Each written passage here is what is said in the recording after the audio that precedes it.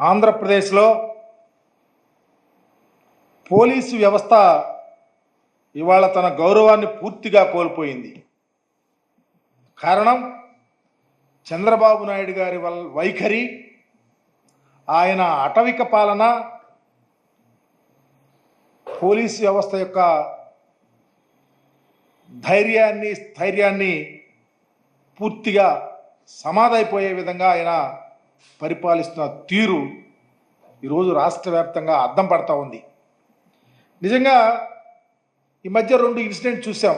నిన్న చిలకలూరుపేట ఎమ్మెల్యే గారి భార్య పుట్టినరోజుకి పోలీసులు సిఐలతో సహా వెళ్ళి కేక్ కట్ చేయటం, అలాగే నిజాన్ని నిర్భయంగా అనంతపురంలో ఒక సిఐ గారు చెబితే అక్కడ ఉన్నటువంటి శాసనసభ్యుడు జేసీ అస్మిత్ రెడ్డి ఆ సిఐ గారిని వీడియో కాల్లో నువ్వు ఎందుకు చెప్పావు అని క్షమాపణ చెప్పించినటువంటి తీరు, ఆ క్షమాపణ చెప్పింది ఆ వీడియోలో వైరల్ చేసినటువంటి పరిస్థితి. ఇంత దారుణమైనటువంటి పరిస్థితి ఆంధ్రప్రదేశ్లో పోలీసు వ్యవస్థను నిర్వీర్యం చేసే విధంగా చంద్రబాబు నాయుడు గారు పరిపాలన చేస్తూ ఉన్నాడంటే, అసలు ఈ ప్రభుత్వం ఏర్పాటైన తర్వాత ఈ వ్యవస్థ ఎలా నీరుగారిపోయిందో ఒకసారి ప్రస్ఫుటంగా మీకు అర్థమయ్యే విధంగా చెప్పాల్సిన బాధ్యత మా మీద ఉంది. నిజంగా చంద్రబాబు గారు అధికారంలోకి వచ్చిన తర్వాత ఆ ప్రభుత్వంలో అత్యంత కీలకమైనటువంటి వ్యవస్థలని పూర్తిగా నీరు కార్చేశాడు. ఒక సిస్టమ్, తన ప్రభుత్వంలో రాజ్యాంగం ఉందని, చట్టాలు నియమాలు నిబంధనలు ఉన్నాయని, న్యాయ ప్రక్రియ చట్టబద్ధంగా జరగాలని ఆ ఆలోచన ఆయనకి ఏనాడు లేని పరిస్థితి ప్రస్ఫుటంగా కనిపిస్తూ ఉంది. ఈ రాష్ట్రానికి ముఖ్యమంత్రి హోదాలో చంద్రబాబు నాయుడు మొదటి నుంచి అధికారుల యొక్క ఆత్మస్థైర్యాన్ని దెబ్బతీసే విధంగా, ముఖ్యంగా పోలీసు యంత్రాంగాన్ని ఆత్మస్థైర్యాన్ని దెబ్బతీసే విధంగా ఒక పథకం ప్రకారం వ్యవస్థల్ని నీరుగార్చుకుంటా వచ్చాడు. అవసరమైతే ఉన్నటువంటి పోలీసు అధికారుల్ని తన వ్యవస్థలో ఉన్నటువంటి మీడియా వ్యవస్థ ద్వారా అభూత కల్పనలు, వారిని నిర్వీర్యం చేసే విధంగా, మోరల్గా వీక్ అయ్యే విధంగా మరి కథనాలు రాయించటం, తర్వాత ఒక పరిస్థితి ప్రకారం వారి మీద వేటు వేయటం, ఈ విధంగా పోలీసు వ్యవస్థను పూర్తిగా నీరుగార్చేసినటువంటి పరిస్థితి ఆంధ్రప్రదేశ్లో చూస్తూ ఉన్నాం. ఈ మధ్యలో చంద్రబాబు గారు అధికారంలోకి వచ్చిన తర్వాత 16 మంది పైగా ఐపీఎస్లకు పోస్టింగ్లకు సంబంధించి లేకుండా చేశారు. నిజాయితీగా పనిచేసిన అధికారుల్ని విధులు బాధ్యతలు లేకుండా చేసి ఒక ప్రక్కన పెట్టినటువంటి పరిస్థితి. దీని ద్వారా రాష్ట్ర వ్యాప్తంగా ఒక ఆలోచన, చంద్రబాబు గారికి వ్యతిరేకంగా ఎవరన్నా ఉంటే వాళ్ళ గతి ఇంతే అనే విధంగా వాయిస్ వచ్చే విధంగా చేసినటువంటి పరిస్థితి. చంద్రబాబు గారు చెప్పిందే వేదం, టీడీపీ నాయకులు చెప్పిందే వేదం, లేకపోతే అదే చట్టం అనే విధంగా కూడా ఈరోజు రాష్ట్రంలో రాజ్యం వెళ్తున్నటువంటి పరిస్థితి రాష్ట్రంలో చూస్తూ ఉన్నాం.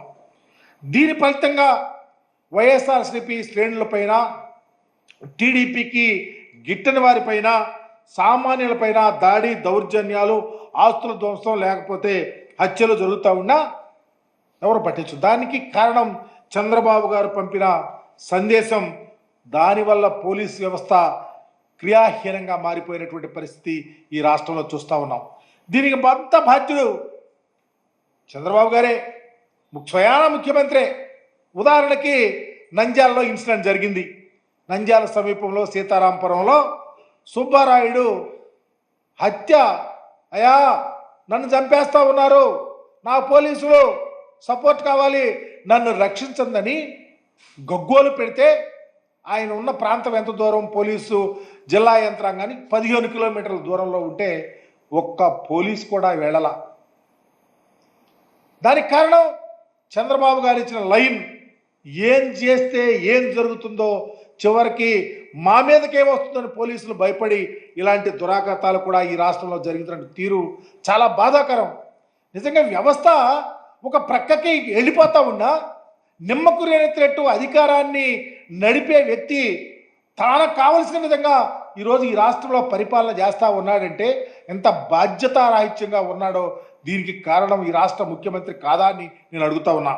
నేను ఇలాంటి చంద్రబాబు నాయుడు గారు ఇలా తప్పుడు సంకేతాలు, తన మాట వినని ఐఏఎస్ ఐపీఎస్ అధికారుల మీద వాళ్ళ ప్లాన్ ప్రకారం వారిని బ్యాట్ చేస్తూ భయభ్రాంతులు చేస్తున్న తీరు ఈ రాష్ట్రంలో కాదు, నిజంగా దేశంలో ఉన్నటువంటి ఈ పోలీసు ఐఏఎస్ ఐపీఎస్ అధికారుల వ్యవస్థకు కళంకితమయ్యే పరిస్థితి వస్తూ ఉంది. దానికి హాజ్యుడు చంద్రబాబు నాయుడు గారు అని చెప్పడానికి ఏమాత్రమూ వెనుకాడు. ఈ విధంగా చేయటం వల్ల, ఈ విధంగా వ్యవస్థ నడపటం వల్ల ఈ రాష్ట్రంలో రాజకీయ కక్షలతో ఒక ప్రక్క తలలు తెగిపడుతున్నా, మానభంగాలు జరుగుతూ ఉన్నా, ఏం జరుగుతూ ఉన్నా ఈ రాష్ట్రంలో నిమ్మకి నీరెత్తినట్టు వ్యవస్థలు ఆగిపోయి కళ్ళు లేని కబోజుల్లాగా ఉంటే ఈ విధంగా ఏమనుకోవాలి? చివరికి ప్రజలను రక్షించాల్సినటువంటి పోలీసులే ఈరోజు తమకు తాను రక్షించుకోవటానికి చివరికి ఆత్మరక్షణలోకి వెళ్ళిపోయారంటే దీనికి బాధ్యత చంద్రబాబు గారి యొక్క ఆలోచన సరళి, ఆయన పరిపాలన తీరు అని మాత్రం పూర్తిగా అర్థమవుతూ ఉంది. ఈరోజు చంద్రబాబు గారి ఆదేశం మేరకు చివరికి బాధితులపై కేసులు పెడుతుంటే ఏ సామాన్యుడైనా పోలీసుల దగ్గరికి ఎందుకు వెళ్తాడు? పోలీసుల వల్ల మాకు న్యాయం జరిగింది, పోలీసులు మాకు అండగా ఉంటారు, మాకు రక్షణ ఉంది అని చెప్పుకోవటానికి ఎక్కడ అవకాశం ఉంది? దాడులు, అఘాయిత్యాలు, అమానుషాలు, వెలివేతలు వీటన్నిటికీ కారణంగా చంద్రబాబు ప్రభుత్వం, చంద్రబాబు గారు నడుపుతూ ఉన్నారే. రాజ్యాంగం మీద, ఏ రాజ్యాంగమేనా? రాజ్యాంగం మీద నడుపుతా ఉందా ఈ పరిపాలన? ఇది ఒక నారావారి రెడ్ బుక్ పరిపాలన కాదా అని అడుగుతా ఉన్నా. దీనికి ఎవరు సమాధానం చెప్తారు? ఎందుకంటే నడిచేది నారావారి రాజ్యాంగం. మాట వినని అధికారులపై చూపించిన శాడిజం, ఇంకా మాట వినకపోతే పరువు మర్యాదలను ప్రతిష్ట మంటగొల్పే విధంగా వారి యొక్క మీడియాలో రాయిస్తాం, ఒక కథనాలు రాయిస్తాం.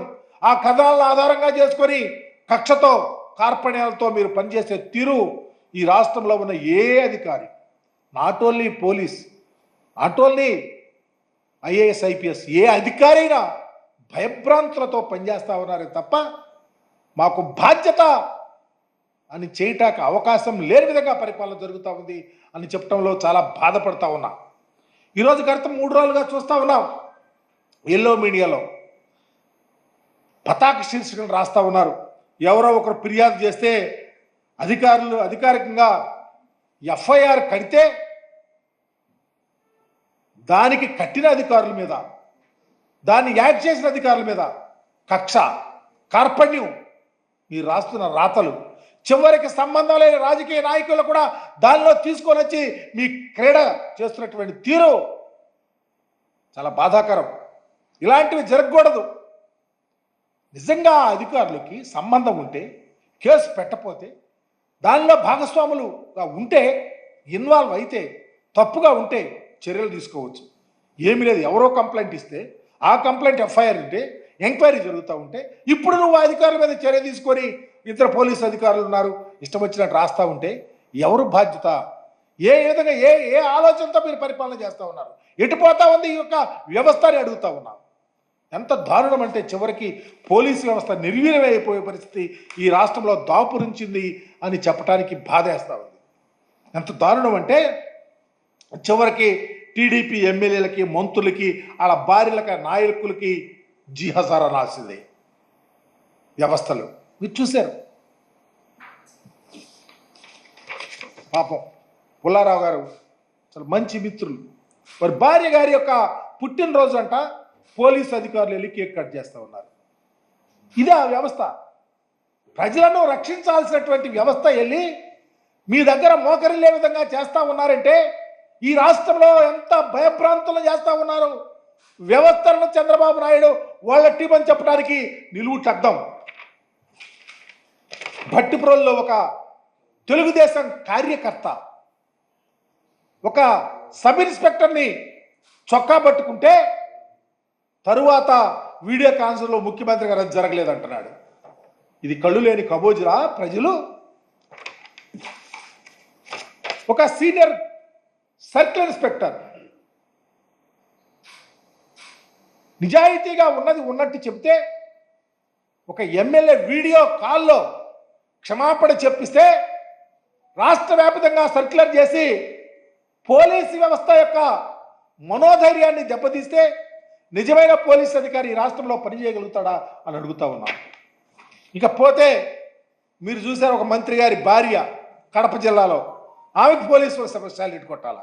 ఇదంతా ఎందుకు? స్వయాన ముఖ్యమంత్రి గారి కోడలు గారు, ఆమెకి గార్డ్ ఆఫ్ ఆనర్.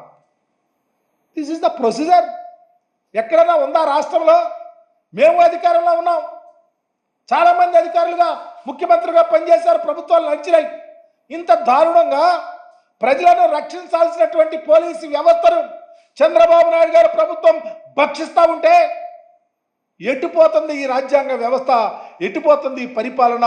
సమాధానం ఎక్కడ వెతకాలి అనే ఆలోచనలతో రాష్ట్ర ప్రజలు తల్లడిల్లుతా ఉన్నటువంటి తీరుకి ఎవరు సమాధానం చెప్తారో ప్రభుత్వమే చెప్పాల్సిన పరిస్థితి అని మీ ద్వారా తెలియపరుస్తా ఉన్నా.